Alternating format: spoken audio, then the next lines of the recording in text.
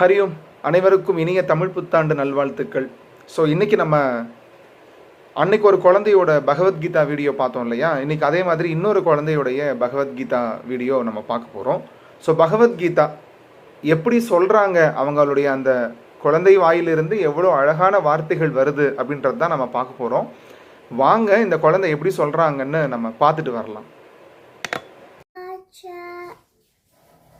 अनाश्रित कर्म फलं कार्यं कर्म करोति यः स सन्न्यासी च योगी च नरिरग्रे न चान्द्रियः यं सन्न्यासमिति प्राहुर्योगं तं विद्धि पाण्डव नाह्यसन्निष्ठसङ्कल्पः यो हि भवति कश्चन आरुरुसोर्मुरेर्योगं कर्म कारणमुच्यते यो हरूतस्य तस्यैव समत्कारणमुच्यते यदा हीनेन्द्रियातेषु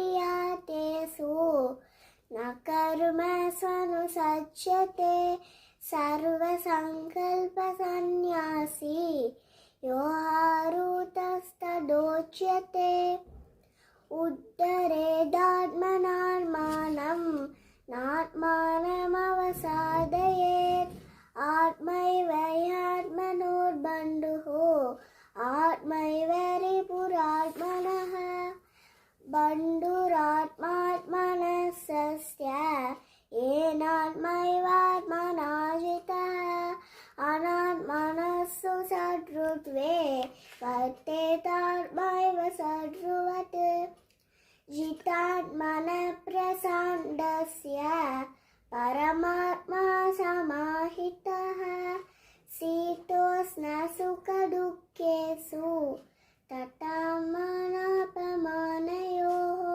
ज्ञानविज्ञानकृतात्मा कूटस्थो विजितेन्द्रियः युक्तयत्युच्यते योगी समलोष्टाश्च काञ्चनः.